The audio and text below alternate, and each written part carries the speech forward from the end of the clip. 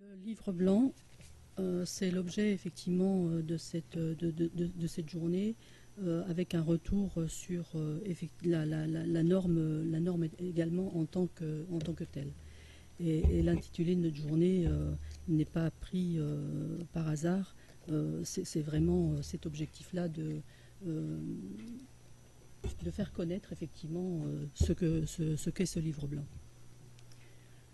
En introduction, je vais vous donner quelques éclairages sur l'économie générale du livre blanc, et nous aurons également une présentation un peu générique de ce qu'est la notion d'impact. Et puis nous aurons deux interventions sur la mesure de la satisfaction des usagers et la mesure de l'impact économique des bibliothèques, avant d'avoir des présentations sur des études qui ont attiré particulièrement notre attention. Avant cela, il me paraît indispensable de remercier les différents auteurs de ce livre blanc, que sont Sylvain Mercier, qui travaille à la BPI, Marine Rijad, qui, au sein du ministère de la Culture et de la Communication, travaille au service du livre et de la lecture, et Cécile Tuitou, qui travaille au service marketing de Sciences Po Paris. Ce travail qui a été réalisé représente un énorme investissement, et je vais essayer d'expliquer les raisons pour lesquelles le choix a été fait effectivement de créer un livre blanc, et plutôt que de traduire la norme comme nous l'avons fait pour les normes 2789 et 11620.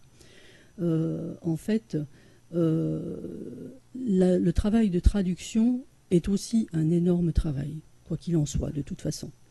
C'est un énorme travail parce qu'en fait, c'est un exercice qui est délicat.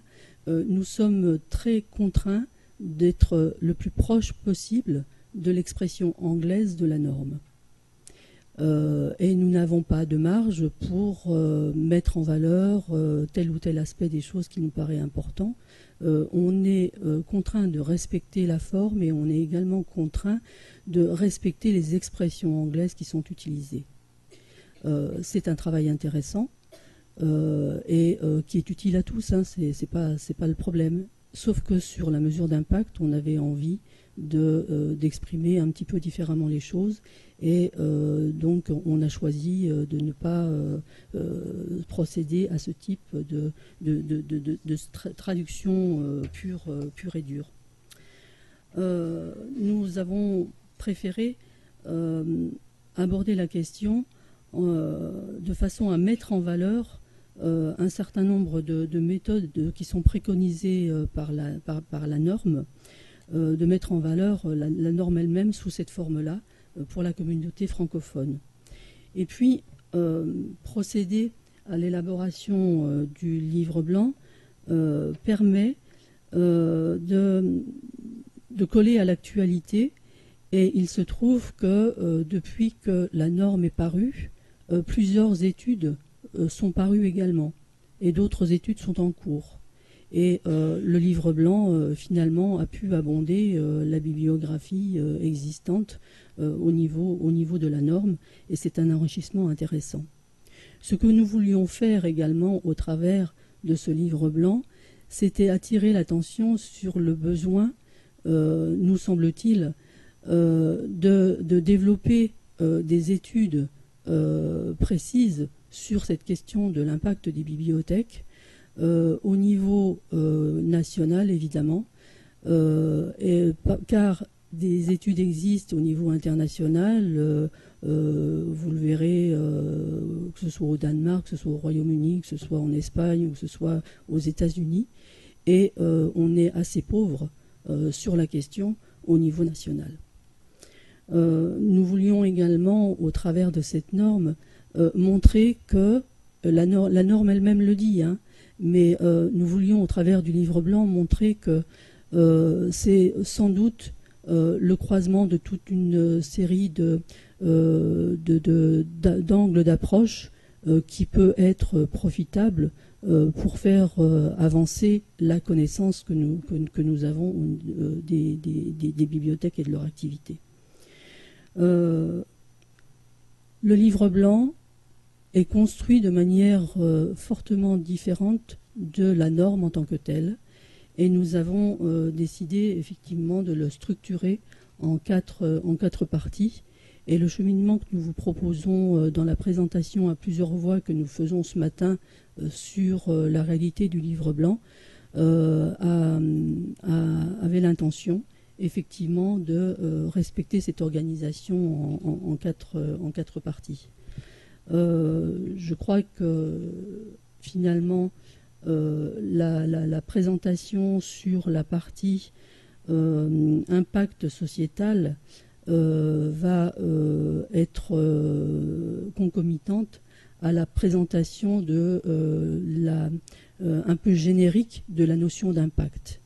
Ça ne signifie pas que cette question de l'impact sociétal soit une question un peu annexe. Au contraire, les rédacteurs de la norme ISO n'ont cessé effectivement de souligner l'importance de ce point, bien que ils n'ont cessé de dire que effectivement c'était quelque chose d'un peu complexe, qu'on sait sans doute moins facilement faire que l'approche économique de l'impact. Voilà. Et ce disant, ils ne se sont pas privés d'appeler les uns et les autres effectivement à essayer de prendre à bras le corps cette dimension-là pour faire évoluer la réflexion de tous sur ce sujet-là.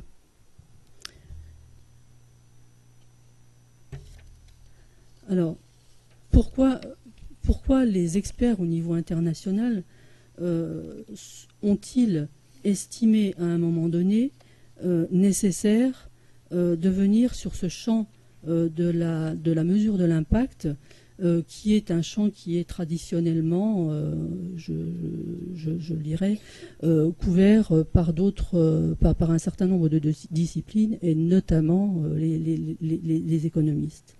En fait, il est apparu très clairement, il y a quelque temps déjà, aux experts, que nous étions nous intervenons dans un monde qui est en plein bouleversement, en plein changement, et que les bibliothèques effectivement ont besoin maintenant de démontrer, de valoriser l'utilité de l'existence et de l'action qu'elles peuvent mener dans ce monde qui change. Et l'objectif de la norme a été clairement affirmé, de mettre à la disposition des bibliothèques et des pouvoirs publics des outils et des méthodes qui sont susceptibles de fournir une approche de cet impact. Pourquoi cette urgence ? Parce que au niveau international, comme au niveau national, les questions économiques sont extrêmement prégnantes, et que la société elle-même change. Et les questionnements qui sont posés aujourd'hui n'étaient pas posés de la même manière il y a encore une vingtaine d'années en arrière. Il est clair que aujourd'hui, les bibliothèques sont questionnées dans leur existence même. Vous avez sans doute en tête les débats qui ont lieu au niveau du Royaume-Uni depuis 2010 sur la disparition d'un certain nombre de bibliothèques, et il y a un débat actuellement sur le nombre de bibliothèques concernées, et ce nombre se situe entre 110 et 178 bibliothèques. Vous avez aussi en tête les remous qu'ont pu provoquer dans le monde des professionnels des bibliothécaires et également chez un certain nombre de citoyens, le questionnement du ministre de la fonction publique sur le bien fondé de continuer à construire des bibliothèques au XXIe siècle. Donc c'est un vrai sujet de questionnement, et les enjeux sont bel et bien là.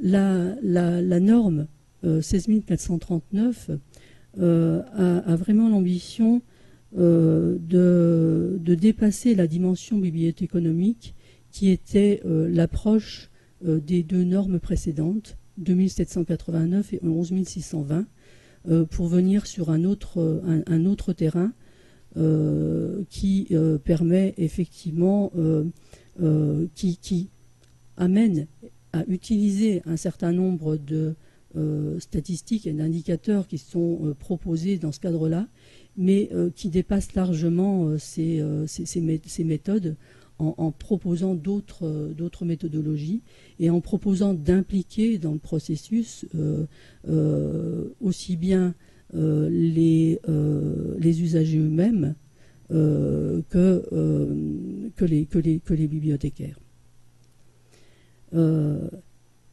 L'ambition de la norme, c'est effectivement de participer à l'évaluation des politiques publiques, aussi bien pour la lecture publique que pour le monde de l'information scientifique et technique. C'est cette notion d'évaluation des politiques publiques qui est prégnante au travers de la notion d'évaluation de l'impact des bibliothèques.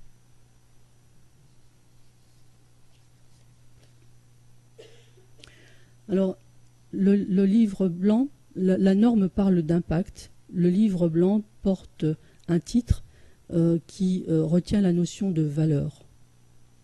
Il nous a semblé qu'effectivement, au final, c'était vraiment cette notion de valeur qui était interrogée au travers de la norme et au travers des questionnements dont je faisais état tout à l'heure. Sauf que la notion de valeur, c'est une notion qui est effectivement polysémique. Il y a la notion de valeur que pose le cadre du service public que sont les bibliothèques publiques et les bibliothèques du ministère de l'Enseignement supérieur et de la Recherche, avec sous-jacent les missions qui sont dévolues à ces bibliothèques et qui fournissent le cadre de leur activité autour de la notion d'intérêt général et autour de la notion de bien commun. On trouve effectivement là l'expression de volonté politique. C'est au singulier, mais ça pourrait être tout à fait au pluriel.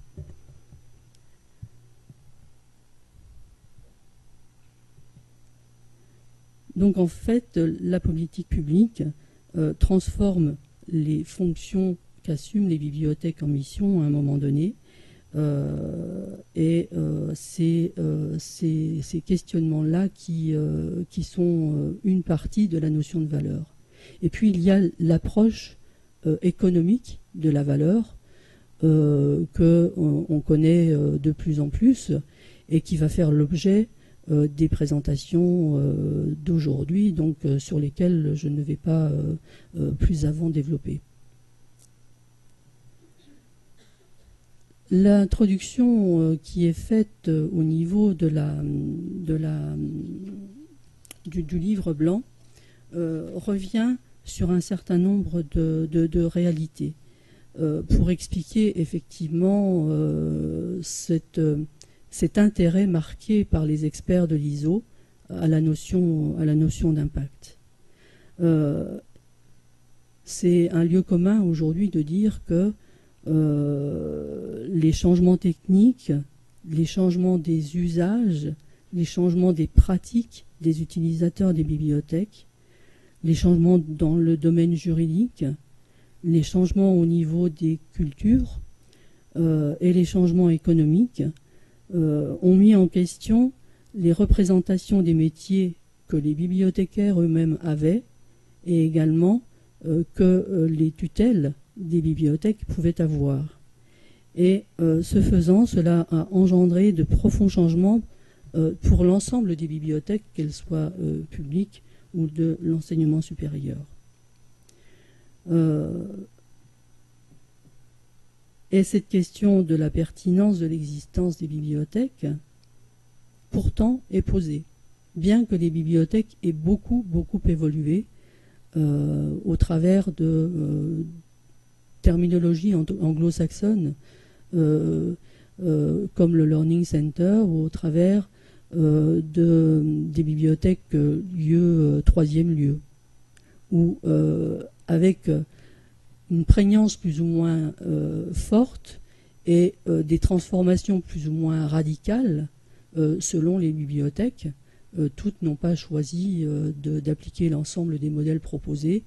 Certaines mettent en œuvre partie de ces modèles, d'autres cherchent d'autres modèles. Mais en tout état de cause, il y a vraiment une réflexion et une évolution profonde au niveau des bibliothèques. Et malgré tout, leur existence se trouve questionnée. Je pense qu'il faut effectivement mesurer qu'il y a un enjeu réel dans l'affirmation, la réaffirmation effectivement des missions au travers de vrais débats de société, tels qu'on le disait. Est-ce que les bibliothèques ont effectivement un rôle particulier à jouer sur ce qui peut faire sens au niveau de l'intérêt général, ce qui peut faire sens au niveau de l'égalité d'accès à tous à la connaissance, à la culture, ce qui peut faire sens au niveau d'un bénéfice social que les bibliothèques apportent à la collectivité, prise au sens national ou au sens plus local, ce qui peut faire sens au niveau du lien social. Et tout à l'heure, dans l'introduction, Pierre nous rappelait qu'effectivement, nous sommes dans un contexte un peu douloureux. Et nous le sommes depuis maintenant plusieurs mois. Et cette question, effectivement, de l'action des bibliothèques est bel et bien posée. Mais ça se pose en termes de mission. Une autre manière de poser des questions, c'est quelle est l'efficacité réelle de ces politiques publiques, quelle est l'efficacité de ces bibliothèques.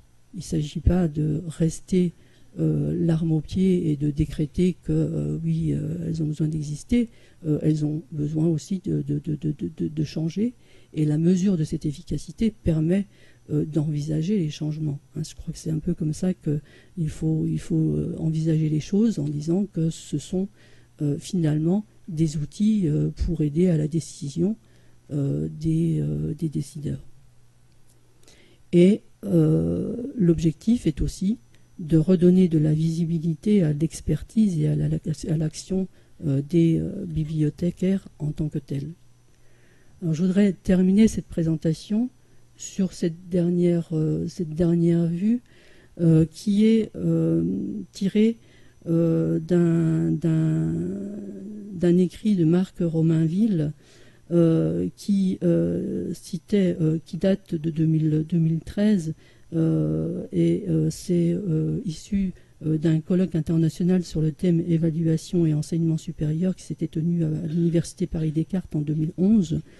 Et Marc Romainville relève que Albert Einstein, dans son bureau, avait, avec beaucoup de facétie, on dira,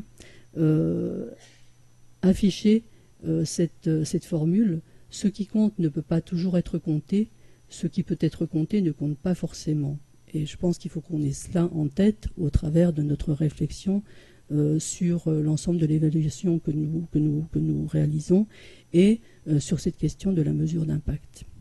Voilà. Je vais laisser la parole maintenant à Silver qui va nous faire cette présentation un peu générique de ce qu'est la notion d'impact et qui, ce faisant, nous parlera également de l'impact sociétal.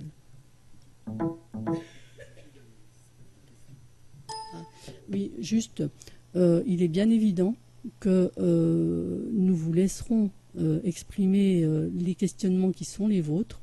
Simplement, nous avons prévu que ces questionnements, vous puissiez nous les poser à l'issue de l'ensemble de notre présentation du livre blanc. Parce que, vous l'avez compris, c'est une intervention à plusieurs voix et on a besoin, vous avez besoin pour pouvoir vous faire un point de vue et formuler vos questions, d'avoir cette vision complète sur le livre blanc lui-même.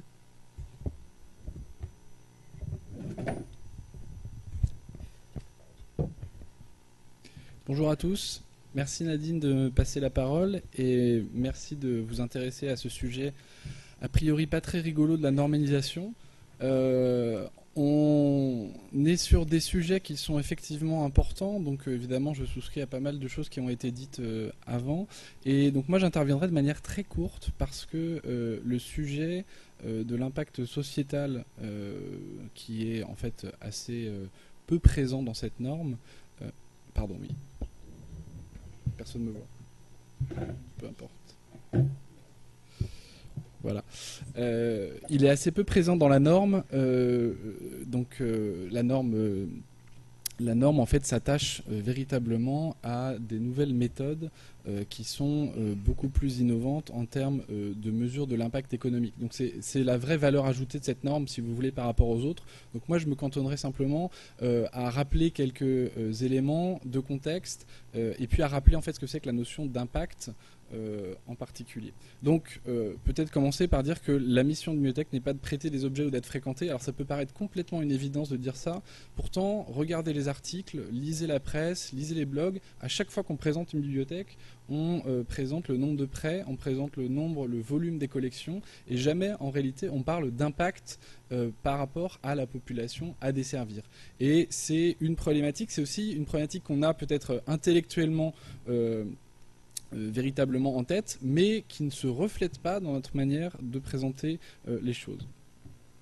Donc, qu'est-ce qu'une bibliothèque en réalité ?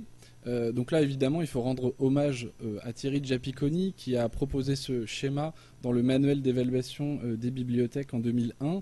Et ce schéma, en fait, il représente toute l'action publique et les bibliothèques. Et il est évidemment fondamental à avoir en tête. Donc une bibliothèque n'est pas une machine à prêter des livres, bien évidemment, mais une bibliothèque est un dispositif de politique publique qui donc est un des dispositifs de l'action publique et qui est conçu donc pour répondre à un enjeu, à des enjeux qu'on a détectés. On va être plus précis là-dessus un tout petit peu plus tard. Et puis, il vise en fait ce dispositif de politique publique à produire des effets, des impacts, en particulier sur le champ social. Et donc, tout le champ de l'évaluation des politiques publiques auxquelles ces normes s'intéressent va être la manière, les méthodes, les moyens en fait de mesurer ces impacts qui sont prévus ou non prévus. Et donc on est véritablement dans ce cadre-là. Ce qui change, c'est que la dimension économique, elle est beaucoup mieux abordée en fait dans cette norme qu'elle ne l'a été dans d'autres éléments. Alors qu'est-ce que c'est que l'impact des bibliothèques ? Donc voici un extrait de la norme, extrait évidemment en anglais puisque vous aurez compris que la norme n'est pas traduite, ce qui est un peu dommage puisque du coup ça va quand même limiter sa diffusion dans le champ francophone, on peut le dire comme ça. Donc nous on a essayé en fait de pallier à cette absence de traduction par ce livre blanc, mais qui ne remplace pas quand même le texte de la norme évidemment. Et donc évidemment, l'impact des bibliothèques, c'est pas juste l'activité de la bibliothèque, c'est ça qu'il faut bien comprendre, c'est bien ce qui a changé entre le moment où on a utilisé le service et l'après, et donc quel impact a été produit. Si on traduit en français d'une manière un peu rapide, l'influence de l'existence des services rendus par une bibliothèque sur la population à desservir et plus largement sur la société. Donc voilà ce qu'on appelle l'impact de manière assez précise. Alors l'impact dans la norme, il est précisé avec plusieurs éléments qui ne sont pas inintéressants. On parle d'inclusion sociale, on parle de cohésion sociale, on parle de libre accès à l'information, ce qui n'est pas inintéressant non plus dans cette norme-là et qui fait écho en fait à une charte qu'a proposée l'ABF récemment, la charte BibLib, qui justement essaye d'inciter les collectivités à travers leur bibliothèque à aller vers ces enjeux qui sont en fait aussi ceux qu'a relevé le Conseil national du numérique. Quand on parle d'inclusion sociale, dans la norme, on peut tout à fait y voir là la notion d'inclusion sociale qui a été proposée donc, par le Conseil national du numérique et qui essaye d'aller au-delà de la notion de la fracture numérique. La fracture numérique, c'est la fracture des équipements et la fracture, disons, plus intéressante à laquelle il faut s'atteler, c'est la fracture des usages. Et donc, comment est-ce qu'on travaille sur les usages pour que le numérique ne soit pas juste un objet, mais bien en fait un ensemble d'usages qui produit en fait des impacts sociétaux. Et donc c'est en ce sens-là que les bibliothèques évidemment sont interpellées.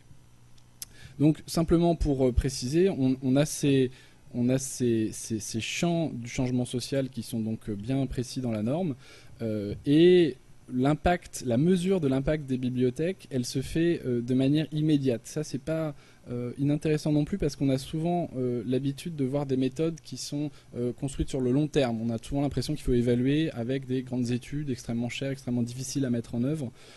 Donc la norme affirme qu'il faut faire des mesures d'impact immédiat, mais en réalité, comme je vous le disais, c'est pas vraiment une valeur ajoutée de cette norme que d'ajouter des nouveaux outils à ceux qui existent déjà. Dans la norme, en fait, elle va simplement recommander de faire des enquêtes, des questionnaires, des entretiens individuels, mais elle va pas aller plus loin, en fait, dans la description de nouvelles méthodes. Donc, c'est pas du tout la valeur ajoutée de cette norme.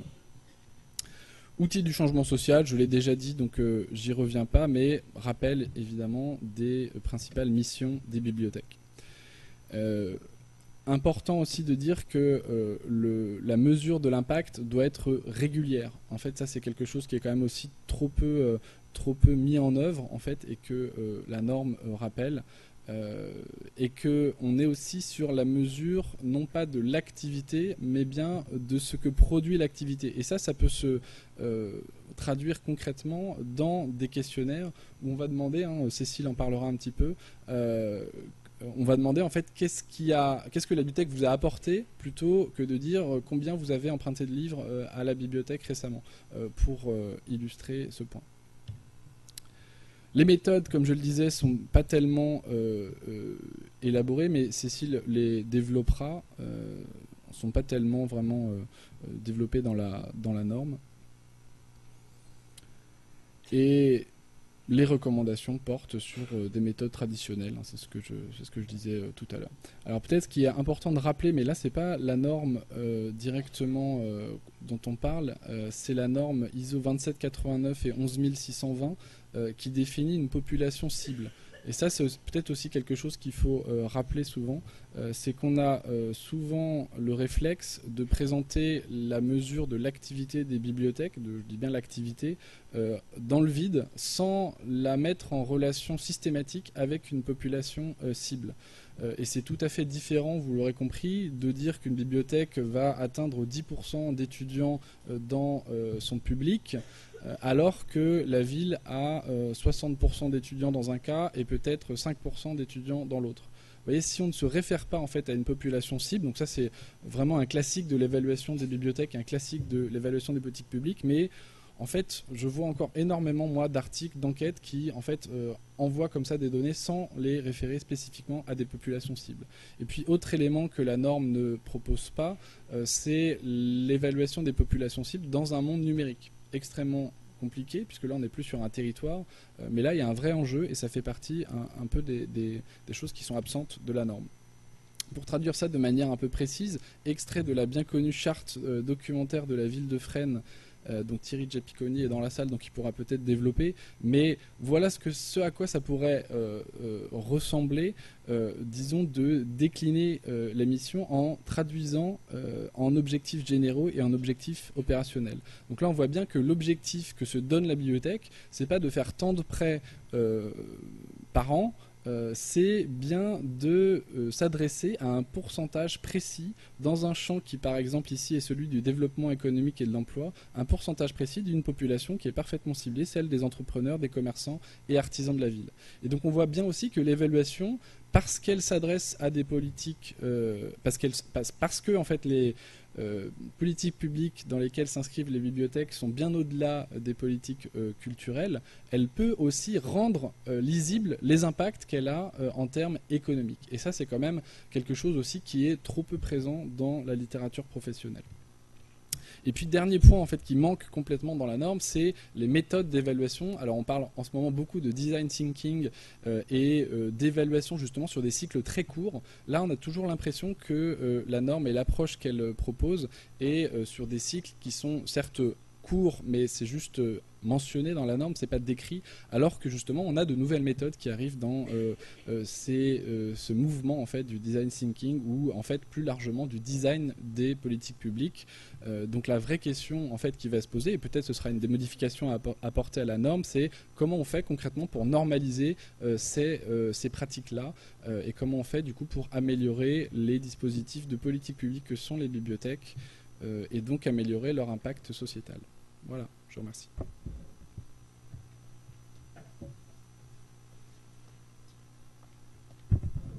Merci Sylvain.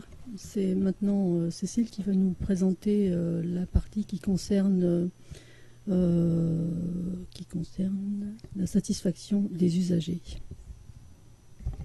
Bonjour. Donc, pour faire le lien avec ce que vient de dire Sylvain, donc vous avez bien compris que cette norme a pour intérêt en fait de rassembler des pratiques, des pratiques d'évaluation qui étaient déjà un peu quand même faites un peu partout, mais qu'elle les formalise et qu'elle les rassemble, et que donc elle met vraiment l'accent sur le fait que la bibliothèque, elle ne fonctionne pas hors sol, elle n'est pas complètement bibliocentrée, mais elle, de plus en plus, elle se tourne bien entendu vers ses usagers. On le sait dans d'autres contextes, enfin, notamment par rapport au développement des collections, etc. On a vraiment le souci du public et de sa satisfaction.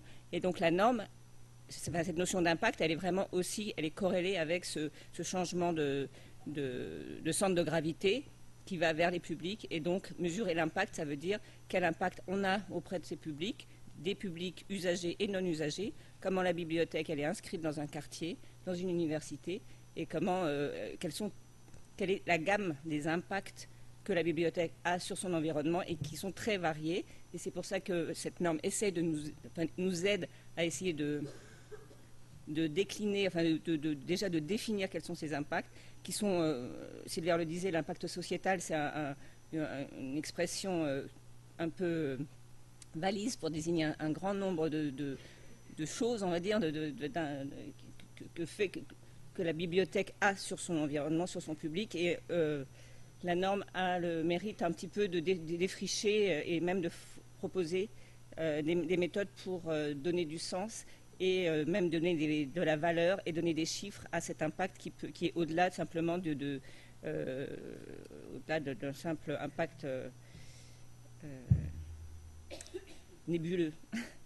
Alors, la norme reprend, je vous disais, des choses qui étaient déjà pratiquées, qui étaient déjà évoquées dans d'autres normes, notamment la 11629 qui a déjà largement parlé de la satisfaction.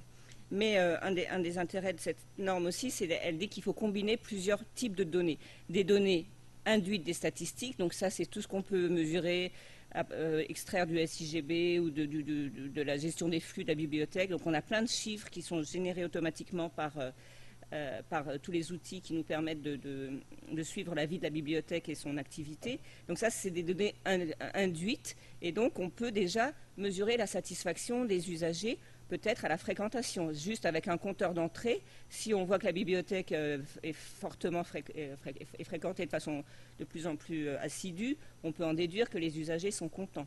Donc la norme propose à ces mesures induites, enfin c'est une proposition de traduction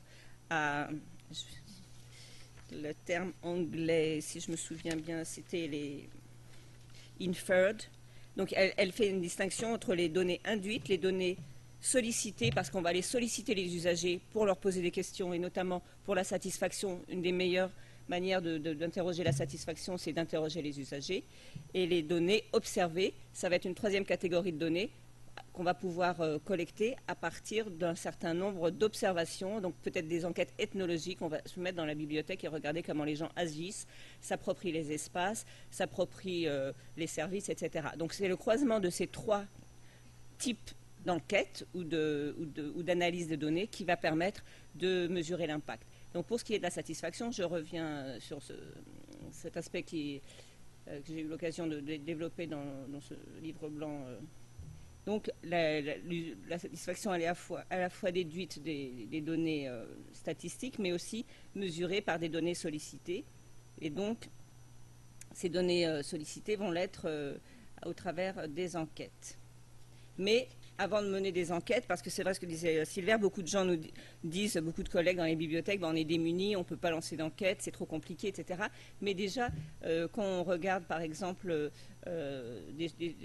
si on mesure en fait la qualité des services, comme on le fait depuis de nombreuses années, sous l'impulsion de toutes les normes relatives à la qualité, et les normes ISO 9000, etc., on peut déjà surveiller les délais de livres. Par exemple, à la BNF, on suit le délai de mise à disposition d'un livre qui vient des magasins. À Sciences Po, on a également des collections en magasin. Donc ce délai-là, c'est vraiment un indicateur de satisfaction qu'on suit de façon très précise. L'accès aux ressources, les résultats d'interrogation à l'OPAC, les résultats de l'interrogation des ressources numériques. Donc tous ces délais d'accès sont des indicateurs de satisfaction qui peuvent être aussi déduits, ainsi que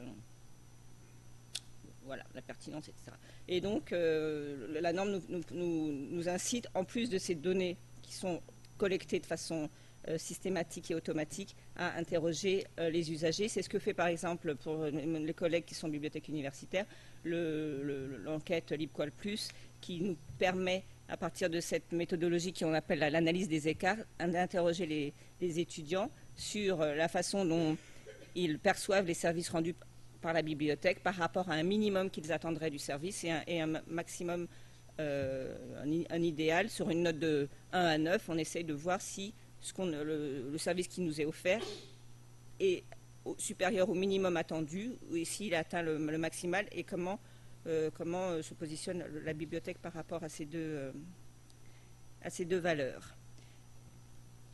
Donc, éléments de méthode un petit peu en vrac, c'est détaillé dans la norme, on n'a pas beaucoup de temps.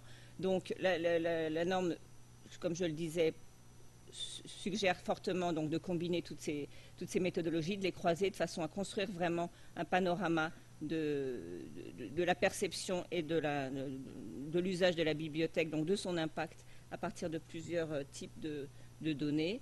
Elle insiste aussi sur la différence, on le verra tout à l'heure sur l'enquête qu'on va présenter dans l'université de Syracuse, de faire le distinguo entre la dernière visite et les visites en général, parce que la perception en fait de la bibliothèque, souvent dans les enquêtes, on demande un petit peu à l'usager quelle est votre perception de la bibliothèque, en ne précisant pas vraiment à quelle visite on fait référence. Et donc il y a quand même des éléments assez concrets qu'il est nécessaire peut-être de lire avant de vous lancer dans une enquête similaire, parce qu'il y a vraiment des bénéfices et des inconvénients à interroger sur la bibliothèque en général ou sur la dernière visite, qui permet vraiment de construire là des éléments très, très clairs. Et ce que disait également donc Silver, l'importance aussi de conduire des mesures récurrentes, barométriques, comme on le fait souvent avec LibQual+, on le fait, en tout cas chez nous par exemple, on le fait tous les 2 ans, ou sur des enquêtes de satisfaction, de construire une sorte de baromètre ou de questionnaire. Je sais que la BPI fait ça aussi régulièrement depuis 10 ans ou 20 ans. Un questionnaire vraiment identique de façon à mesurer les évolutions, à la fois de l'usage des services, mais aussi de la satisfaction. Et donc la comparabilité, comme toujours dans ce qui se rapporte à l'évaluation, la comparabilité est extrêmement importante. Donc Silver disait qu'il faut toujours rapporter effectivement les valeurs par rapport à une population cible. Il est aussi intéressant, et c'est vrai que nous on le fait également, de se comparer à d'autres services de l'université, dans le cas de Sciences Po, mais pour une bibliothèque municipale, d'insérer la bibliothèque comme dans la gamme des services qu'offre la ville. Et voilà, donc pour un extrait du livre blanc qui résume un petit peu tout ce que je viens de dire sur comment la satisfaction permet de mesurer d'une façon premier élément d'impact. Et je voulais vous montrer cette slide, mais on me dit que le temps imparti est expiré. Je voulais juste vous montrer cet exemple, en fait, à Sciences Po. Donc, comme dans beaucoup de bibliothèques universitaires, on forme tous les étudiants à l'arrivée en première année, et au service de la bibliothèque, à la recherche documentaire, etc. Et donc, inspiré de la norme sur laquelle on travaillait à la rentrée, on a proposé cette fois une enquête avant-après. C'est-à-dire qu'on a interrogé les étudiants avant la formation sur 8 compétences informationnelles. On leur a demandé de s'auto-évaluer sur une note de 1 à 5 sur 8 éléments, comme trouver un document en rayon, trouver une ressource électronique, etc. Donc, ils se sont auto-évalués, et après la formation, on fait ce même exercice, on leur demande à nouveau de s'auto-évaluer, et de façon très simple et très rapide, on a réussi à voir quels étaient les gains de compétences. D'abord, dans quelles compétences ils se sentaient le moins compétents, et où est-ce que la formation leur apportait le plus. Donc là, c'est un exemple, je ne vais pas vous donner les résultats, peu importe aujourd'hui, mais pour vous montrer que via ce questionnaire et ces données sollicitées, on arrive à mesurer l'impact de la bibliothèque dans l'acquisition des savoirs pour les étudiants. Merci beaucoup, Cécile. C'est maintenant Marine qui va nous présenter l'impact économique.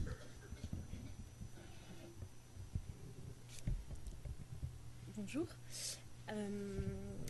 Alors, je vais m'inscrire évidemment dans la continuité du propos de mes collègues et rebondir sur tout ce travail qui est fait dans la norme sur l'impact sociétal. Évidemment, l'impact sociétal intervient sur un champ qui est souvent plus familier des agents du service public que nous sommes, un champ social au sens large qui interroge sur des problématiques socio-éducatives, citoyennes, de santé, etc. Mais la norme 16439 revient de façon très approfondie sur les problématiques économiques, sur lesquelles, de fait, les professionnels des bibliothèques sont de plus en plus interpellés, que ce soit pour démontrer l'efficacité du service public en termes de bonne gestion, ou pour montrer surtout la pleine participation de la bibliothèque à des politiques économiques prioritaires d'accès à l'emploi, de développement économique, etc. L'approche de la norme 16439 est une approche extrêmement méthodologique, mais qui donne des axes de travail, un cadre de travail. Contrairement à des normes comme 2789 ou 11620, on ne va pas proposer de construire des indicateurs précis, une liste d'indicateurs avec des calculs correspondants. On va plutôt développer une approche méthodologique permettant de construire une étude d'impact économique sur les bibliothèques. La norme avance ainsi des propositions méthodologiques sans forcément expliciter de façon très claire les objectifs de ces études qui sont construits par les personnes qui souhaitent les mener, sans toujours non plus aller très loin sur les difficultés que peuvent poser ces études, mais je reviendrai un peu dessus au fil de cette présentation. La question de l'impact économique des bibliothèques, telle qu'elle est posée par la norme, pose d'abord un problème de méthodologie qui fait un peu écho aux propos de Nadine sur la différence entre impact et valeur.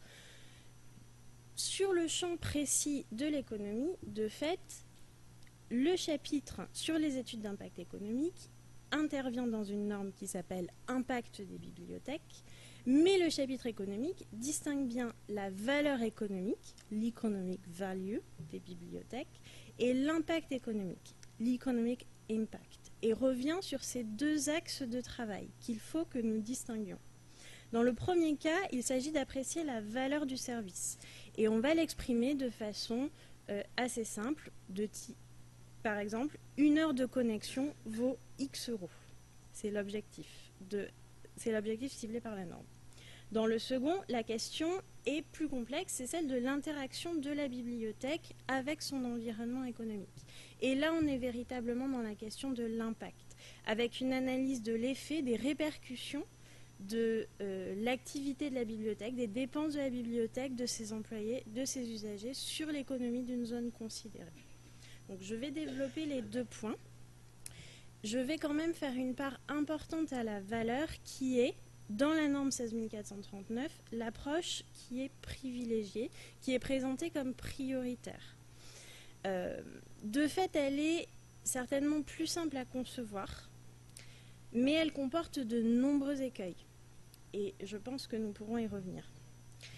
Elle est aussi valorisée, je pense, parce qu'elle permet d'arriver à une analyse de type retour sur investissement de la bibliothèque, qui est un mode de communication que l'on voit souvent privilégié dans des études étrangères. C'est par exemple l'un des résultats auxquels a abouti l'étude espagnole de la FESABIT dont on a beaucoup parlé, et qui permet effectivement de dire aux décideurs, pour 1 euro investi, voici la valeur générée par la bibliothèque. Par exemple, dans l'étude espagnole, les Espagnols établissent un retour sur investissement de la bibliothèque qui est de 2,80 € à 3,83 € par euro investi par la collectivité. C'est ce type de résultat-là qui est visé lorsqu'on parle de retour sur investissement. Et le calcul, finalement, revient à rapporter la valeur du service à son coût de production, pour exprimer la chose soit sous forme de ratio, comme je viens de le faire, soit sous forme de soustraction, si vous voulez, avec une question qui est celle de la valeur ajoutée de la bibliothèque. On établit la valeur produite par la bibliothèque à temps, son coût de fonctionnement est de temps, on fait une soustraction, c'est la valeur ajoutée. Ça, c'est un peu le principe posé par la norme. Pour établir la valeur de la bibliothèque, de fait, les approches sont multiples et dans tous les cas, il faut bien voir que la donnée est difficile à consolider. Savoir à quel coût de production on la rapportera ensuite est également une difficulté.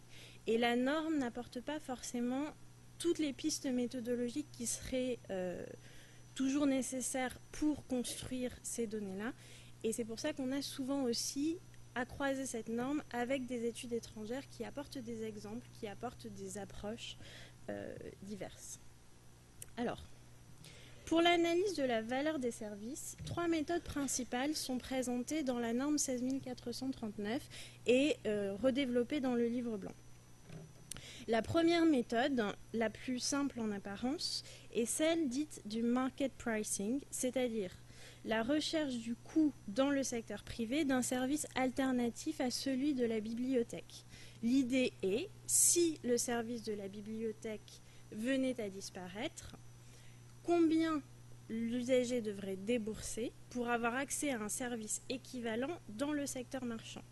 Donc, par exemple, pour dire les choses simplement, s'il n'avait plus accès à Internet à la bibliothèque, pour 1 heure de connexion, il devrait aller payer 1 heure de connexion dans un cybercafé. Donc, la valeur d'1 heure de connexion en bibliothèque est celle d'un cybercafé. Ça, c'est le principe de calcul du market pricing. Évidemment, la grande difficulté de cette méthode, c'est qu'un certain nombre de services, pour ne pas dire beaucoup de services, ne sont pas strictement équivalents. Donc on arrive à des résultats qui sont souvent assez contestables, qui nécessitent également de remanipuler parfois les données qu'on récupère sur le secteur marchand, par exemple pour affecter des coefficients, des décotes.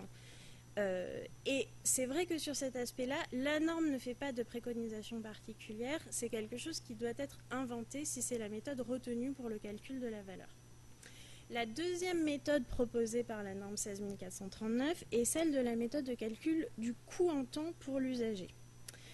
L'idée dans cette méthode du coût en temps ou du time cost, c'est que le service pour l'usager, les bénéfices qu'il retire du fait d'être allé à la bibliothèque doivent être aussi importants que la valeur du temps et des efforts qu'il a consacrés au fait d'aller à la bibliothèque. Dit comme ça, c'est un peu nébuleux. En pratique, qu'est-ce que ça signifie? L'idée de calcul par le coût en temps, c'est que je regarde le temps passé à la bibliothèque par mon usager. Ça, c'est la durée pendant laquelle il a bénéficié du service. Et ensuite, j'établis un ratio sur son salaire. Ça, c'est la valeur en temps. Et j'y ajoute les coûts du trajet. Donc, par exemple, le ticket de métro. Si mon usager a passé 1 heure à utiliser le service de ma bibliothèque, la valeur du service pour cet usager, c'est son salaire horaire plus le ticket de métro. Alors évidemment, d'abord, il y a une complexité pour récupérer les données utiles à ce mode de calcul. D'abord, il faut mettre en place une étude permettant de savoir quel est le temps passé par l'usager à la bibliothèque et cibler le temps sur lequel on travaille. On peut le faire par une méthode d'observation, on peut le faire par une méthode d'enquête, de données sollicitées, pour reprendre la terminologie de la norme.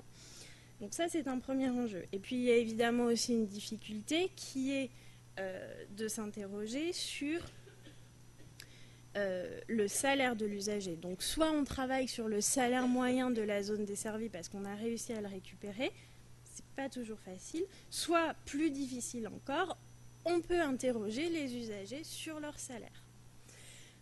Donc c'est une difficulté, c'est aussi une difficulté intellectuelle finalement, parce que le présupposé de ces études basées sur le coût en temps et que d'abord la bibliothèque est utilisée à des fins professionnelles. Sinon, pourquoi calculer sa valeur sur le coût du service? Donc en fait, cette méthode de calcul s'applique quand même très mal à un grand nombre de bibliothèques, en particulier les bibliothèques de lecture publique. Ensuite, elle exclut un grand nombre d'usagers, parce qu'à partir du moment où l'usager n'a pas de salaire, on ne peut plus calculer la valeur de cette façon-là. On ne peut pas utiliser ce mode de calcul pour les enfants, les non-salariés, les retraités, etc. Et enfin, cette méthode comporte un biais qui, je pense, vous a tous sauté aux yeux, qui est que plus le salaire moyen de l'usager de la bibliothèque est élevé, plus la valeur du service sera importante. Mais ça, c'est une façon un peu artificielle de calculer la valeur. La dernière méthode, qui est celle que finalement on retrouve le plus souvent dans les études, c'est celle de l'évaluation contingente. L'évaluation contingente, c'est l'interrogation directe de l'usager sur la valeur du service. L'usager est alors interrogé de deux façons. Enfin, il y a deux façons possibles d'interroger l'usager. On peut l'interroger sur le prix qu'il serait prêt à payer pour le maintien du service de la bibliothèque. C'est ce qu'on appelle la willingness to pay, sa volonté de payer, ou son accord pour payer. Ou on peut l'interroger sur le montant, sur ce que serait le montant d'une juste compensation financière dans l'éventualité où le service de la bibliothèque serait supprimé. C'est la willingness to accept dans la norme. En général, la deuxième méthode est rarement retenue parce qu'elle donne des résultats plus élevés et elle est donc considérée comme moins fiable. Et de façon générale, le problème de cette méthode d'évaluation contingente, c'est la forte subjectivité qui va demander d'abord un panel assez important de personnes interrogées et puis beaucoup de précautions dans l'analyse des résultats. Maintenant, je voudrais en venir à l'analyse de l'impact économique sur laquelle je serai un petit peu plus rapide, paradoxalement, parce qu'elle est plus complexe. Et comme elle est plus complexe, nous avons décidé d'y faire une part assez importante dans cette journée. Nous y reviendrons à plusieurs reprises et de façon tout à fait détaillée. Donc je vais simplement vous présenter le contenu de la norme s'agissant de l'impact économique. Donc l'analyse de l'impact économique, d'abord, est présentée comme la norme comme complémentaire à celle de la valeur. Mais la norme recommande de ne pas l'utiliser toute seule. Ça, c'est une position de la norme 16439 que personnellement, je ne m'explique pas complètement, mais je tenais quand même à vous la livrer. L'impact économique se définit donc dans la norme comme l'effet d'une politique, d'un programme, d'un projet, d'une activité, d'un événement sur l'économie d'une zone donnée. D'une zone donnée, c'est tout à fait important, puisque l'étude d'impact économique prend essentiellement son sens au niveau local. Alors, il y a deux aspects dans l'analyse d'impact économique. D'abord, il y a l'analyse de l'impact économique direct de la bibliothèque, c'est-à-dire les dépenses de l'établissement, de ses usagers, de ses employés. Cette étude-là se construit par étapes successives avec d'abord une analyse complète du budget de la bibliothèque pour voir quelles sont ses dépenses directes et ses ressources. Et puis un deuxième niveau qui est celui de l'analyse des dépenses des usagers ou des employés sur la zone. Ce qui suppose aussi souvent de pouvoir réunir des données auprès d'autres acteurs économiques du territoire. Et à cette analyse de l'impact économique direct, donc vraiment les dépenses directes des acteurs de la bibliothèque et des personnes qui la fréquentent, peut s'ajouter une analyse de l'impact économique dit indirect, basée sur le principe du multiplicateur économique, reposant sur l'idée, pour expliquer la chose simplement, que à chaque fois que la bibliothèque investit 1 euro auprès d'un acteur A va redépenser une partie de cet euro auprès d'un acteur B, qui redépensera une partie de cette somme reçue de A auprès d'un exercé, et ainsi de suite jusqu'à épuisement.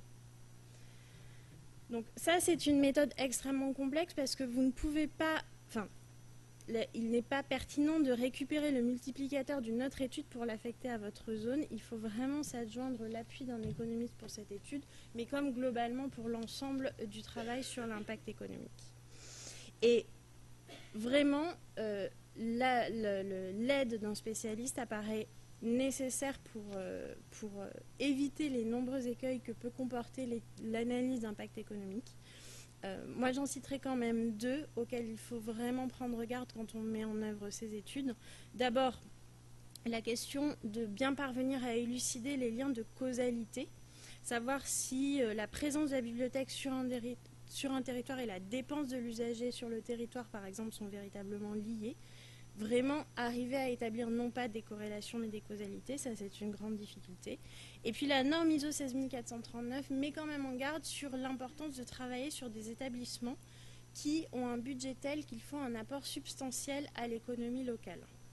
Ça c'est le positionnement de la norme. Je pense qu'il y a aussi finalement un autre critère qui entre en jeu qui peut être celui des usages observés. Par exemple, si on est une bibliothèque d'études, probablement que les usagers vont y séjourner plus longtemps, donc auront des chances d'effectuer des dépenses sur la zone, par exemple des dépenses de restauration le midi. Donc il faut quand même vérifier les causalités et arriver à établir une justification des dépenses que vous analysez. Et dernier point, et j'en terminerai par là, la norme 16439, outre ces valeurs véritablement quantifiables en euros, revient sur des apports économiques qui peuvent être beaucoup plus difficiles à objectiver, et elle ne donne pas véritablement de pistes méthodologiques pour le faire, mais elle cite des éléments qui doivent être pris en compte dans les analyses d'impact économique. En particulier, quel est le facteur d'attractivité que représente la bibliothèque pour un territoire? Est-ce que la présence de la bibliothèque a pu participer à la décision d'une entreprise ou d'un commerce de s'installer sur ce territoire-là?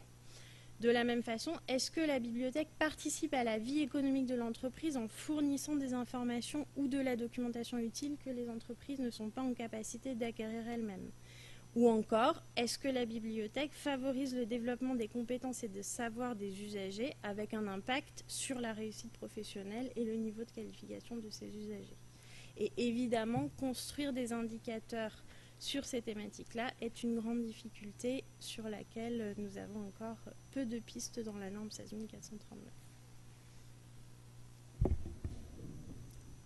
Merci Marine pour cette présentation claire et très pédagogique du sujet qui est en soi un sujet assez complexe.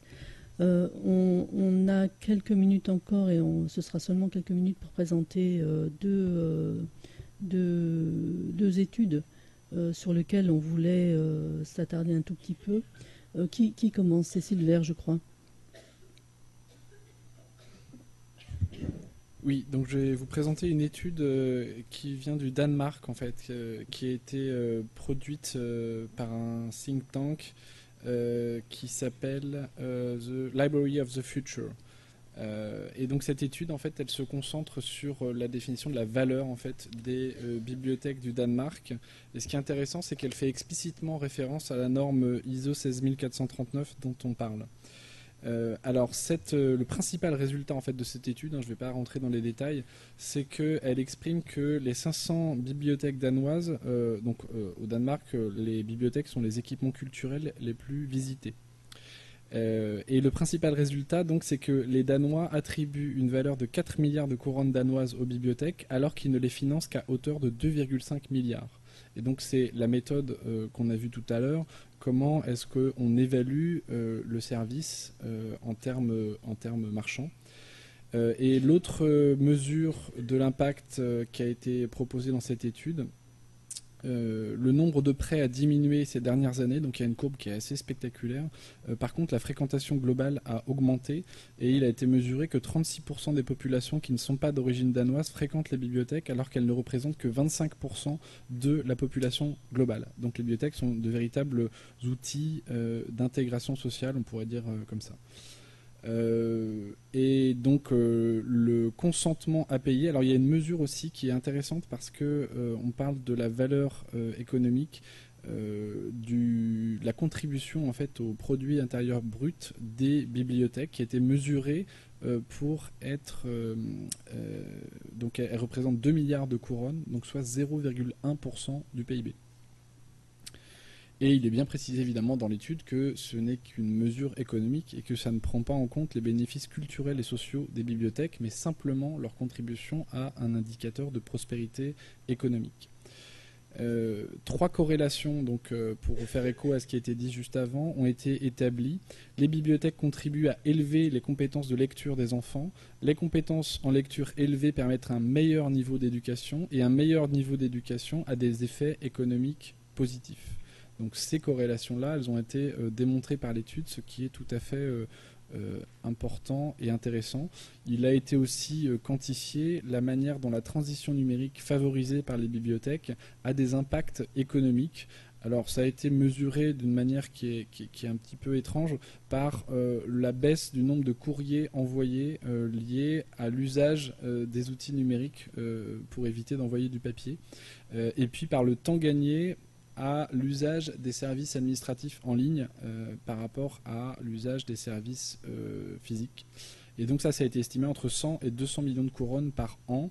Et voilà, il a été mentionné aussi que 50 000 Danois améliorent leurs compétences informatiques grâce aux bibliothèques. Mais il était précisé dans l'étude que ce n'était pas d'ailleurs forcément les bibliothèques qui étaient au cœur de cette politique publique-là, mais qu'elles y contribuaient avec d'autres structures. Voilà pour cette étude que je vous invite à lire car elle est en accès libre sur Internet. Et pour donner un deuxième exemple, cette fois en université, donc je ne vais pas détailler parce qu'en fait cette étude reprend de façon très précise toute la méthodologie qui a été présentée par Marine précédemment. Donc une étude qui a été menée à l'université de Syracuse qui est une partie d'un projet très, très important qui s'appelle LibValue, que pilote Carole Tenopir, et vous trouverez sur le site LibValue un grand nombre d'études, une boîte à outils, enfin toutes sortes de ressources pour mener des études d'impact économique. Donc simplement pour aller très très vite, puisqu'on a largement dépassé le temps qui nous était imparti, donc dans cette étude, on a interrogé à la fois les enseignants et les étudiants, à la fois sur leur fréquence d'usage de la bibliothèque et des différents services. Et puis, comme le disait Marine, on leur a demandé, la dernière question, pour obtenir le même service, de combien vous seriez prêt à passer de temps, ou bien combien vous seriez prêt à payer pour obtenir l'équivalent. Donc à partir de ces réponses, il y a un tableau que je ne vais pas vous commenter, mais on a réussi à établir pour le personnel enseignant et pour les étudiants un certain nombre de visites, un certain nombre d'usages des différentes ressources qui ont été convertis en fait en argent, et en temps et en argent. Donc pour établir un petit peu la valeur, à quelle valeur on pouvait, quelle était la valeur de chaque visite pour un enseignant et pour un étudiant. Et c'était intéressant de voir aussi ce comparatif entre ce que représentait la bibliothèque pour les enseignants et pour les étudiants, et ce qu'ils étaient prêts aussi à payer. Donc en plus de ce calcul du temps passé qui a été rapporté à la fréquence d'usage, ils ont, dans une deuxième question, a été de rapporter le temps déclaré au salaire, comme disait Marine. Donc là, ils ont pris un salaire moyen de $70 pour les enseignants et $10 pour les étudiants.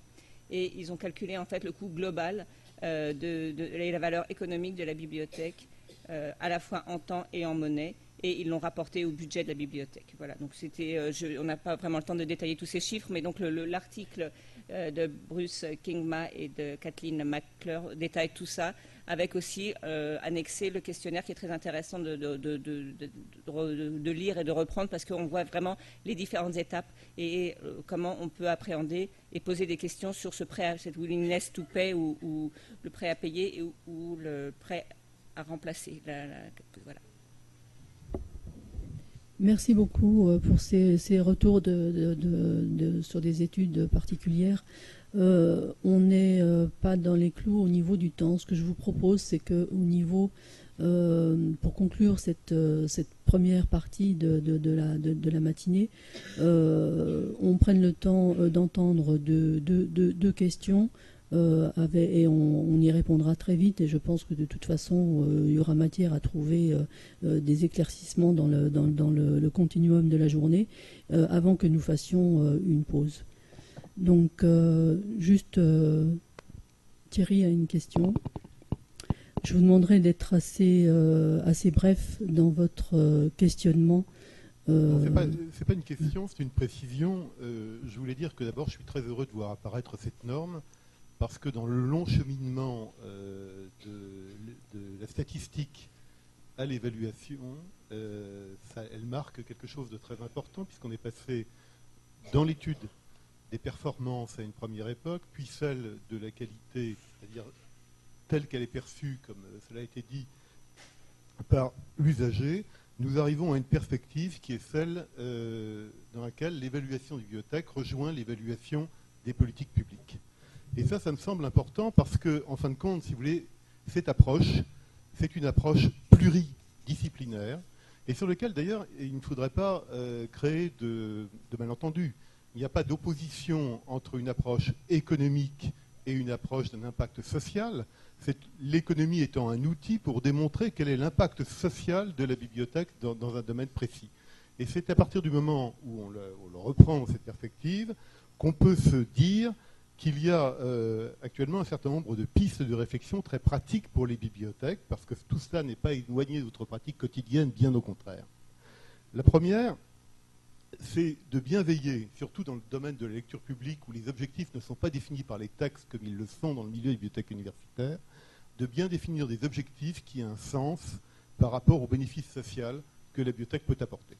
Là-dessus, je mets en garde contre des définitions abstraites comme les bibliothèques troisième lieu, etc., dans lesquelles la bibliothèque n'aurait qu'une fonction, celle de créer du lien social. Or, le lien social, c'est un moyen ou un effet incident, mais ça ne peut pas être un but. Pratiquement, si vous voulez, ce qui me semble important, c'est que, dans le deuxième temps, nous ayons des systèmes d'information qui, d'une part, respectent les normes, et en particulier 2789 dans la définition des données, et d'autre part, soient capables, aujourd'hui, d'induire dans les calculs des données qui sont celles de population, et notamment celles de l'INSEE. C'est absolument invraisemblable qu'un marchand de logiciels aujourd'hui ne soit pas capable de vous comparer le nombre de vos usagers par rapport à la population à desservir sur le territoire, alors qu'il suffit simplement de faire rentrer les données de l'INSEE automatiquement. Tout simplement parce qu'ils n'ont pas envie de faire le développement pour le faire, et là, ne vous laissez pas avoir. Voilà. Donc, ce que je voulais dire en conclusion, pour être très bref là-dessus, c'est que cette norme me semble importante parce qu'elle ne définit pas, si vous voulez, comment dirais-je, comme l'a très bien expliqué Pierre Fuseau, une obligation, mais elle définit un état de l'art. L'état de l'art, d'ailleurs, dans les bibliothèques. Ce que je vous invite à faire, c'est de voir quel est l'état de l'art dans l'évaluation des politiques publiques. Parce que c'est ce lien qui vous permettra précisément de contribuer à la définition d'indicateurs qui pourront alimenter par l'intelligence collective du milieu professionnel la définition d'indicateurs beaucoup plus précis à l'avenir et de pistes de réflexion beaucoup plus précises. Voilà, merci. Merci. Est-ce qu'il y a encore quelqu'un qui voudrait faire une observation, alors là, très très courte, ou poser une question? Oui. Voilà. Oui, et nous ferons une pause courte aussi. Oui, bonjour. Très rapidement,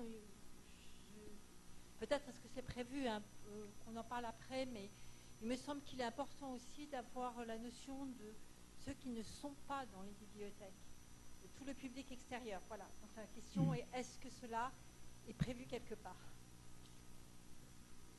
Ou peut-être que ce sera répondu dans la journée. La notion de cible. C'est le questionnement qui est posé effectivement par rapport à la notion de population cible derrière, effectivement. Et la norme s'intéresse, bien sûr.